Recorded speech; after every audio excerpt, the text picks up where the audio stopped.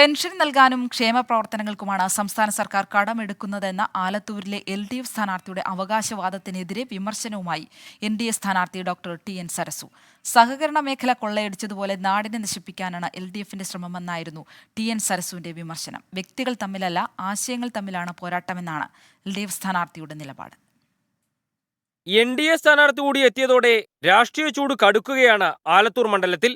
ഇടതുപക്ഷ സർക്കാരിന്റെ വികസന നേട്ടങ്ങൾ എണ്ണിപ്പറഞ്ഞാണ് LDF സ്ഥാനാർത്ഥി വോട്ടർമാരെ സമീപിക്കുന്നത്. പാവപ്പെട്ട ആളുകൾക്ക് പെൻഷൻ നൽകാനും ക്ഷേമ പദ്ധതികൾ നടപ്പിലാക്കാനുമാണ് സർക്കാർ കടമെടുക്കുന്നതെന്നാണ് മന്ത്രി കൂടിയായ സ്ഥാനാർത്ഥി വോട്ടർമാരോട് പറയുന്നത്. എന്തിനാണ് കടമെടുക്കുന്നത്? ഈ പാവപ്പെട്ട ആളുകളുടെ പെൻഷൻ കൊടുക്കാൻ വേണ്ടിയാണ്. ഈ പാവപ്പെട്ട ആളുകൾക്ക് മറ്റ് ക്ഷേമ പ്രവർത്തനങ്ങൾ നടത്താൻ വേണ്ടിയാണ്. നമ്മുടെ നാടിൻ്റെ വികസനത്തിന് വേണ്ടിയാണ്. അവർ തരികയാണെങ്കിൽ നമുക്ക് ഈ കുഴപ്പമുണ്ടാവില്ല. കടമെടുത്തിട്ടാണെങ്കിലും വികസന പ്രവർത്തനവും ക്ഷേമ പ്രവർത്തനം നടത്തുക എന്നുള്ളത് ഇടതുപക്ഷ മുന്നണി ഗവൺമെൻറ്റിൻ്റെ നയമാണ്. എന്നാൽ LDFന്റെ ഈ നിലപാട് കള്ളത്തരമാണെന്നാണ് NDA സ്ഥാനാർത്ഥിയുടെ അവകാശവാദം. പെൻഷൻ കിട്ടാതെ ആളുകൾ തെണ്ടാൻ പോയ സാഹചര്യം കേരളത്തിലുണ്ടായി. എല്ലാം കേരളത്തിലെ ജനങ്ങൾ കാണുന്നുണ്ട്.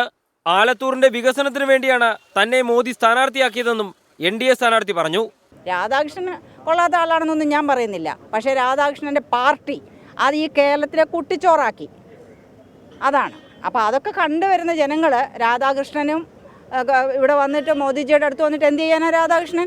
ചുമ്മാ വെറുതെ വർത്തമാനം പറഞ്ഞുകൊണ്ട് നടന്നാൽ പോരാ. ഇവിടെ എന്ത് വികസനമാണ് ചെയ്തത്? ഈ പറഞ്ഞ തുകയൊക്കെ കേന്ദ്ര സർക്കാർ ഈ മണ്ഡലത്തിൽ ഇറക്കിയിട്ടുള്ള തുകയാണ്. അത് സ്വന്തം അക്കൗണ്ടിലേക്ക് അവർ ചെയ്യുന്നില്ല, മറ്റവർ ചെയ്യുന്നില്ലേ? നിലവിലെ MP രമ്യ ഹരിദാസ് കേന്ദ്രം നടപ്പാക്കുന്ന പദ്ധതികൾ സ്വന്തം അക്കൗണ്ടിലേക്ക് മാറ്റിയ ആളാണെന്നും NDA സ്ഥാനാർത്ഥി കുറ്റപ്പെടുത്തി. നുണ പറയുന്ന MP-യാണ് രമ്യ ഹരിദാസ് എന്നുള്ളതായിരുന്നു മറ്റൊരാരോപണം. മണ്ഡലത്തിൽ വിജയം ഉറപ്പാണെന്നും ആലത്തൂരിന്റെ സമഗ്ര വികസനത്തിന് വേണ്ടിയാണ് ശ്രമമെന്നും NDA സ്ഥാനാർത്ഥി പറയുന്നു. S. ശ്യാംകുമാർ, 24, കൊച്ചി.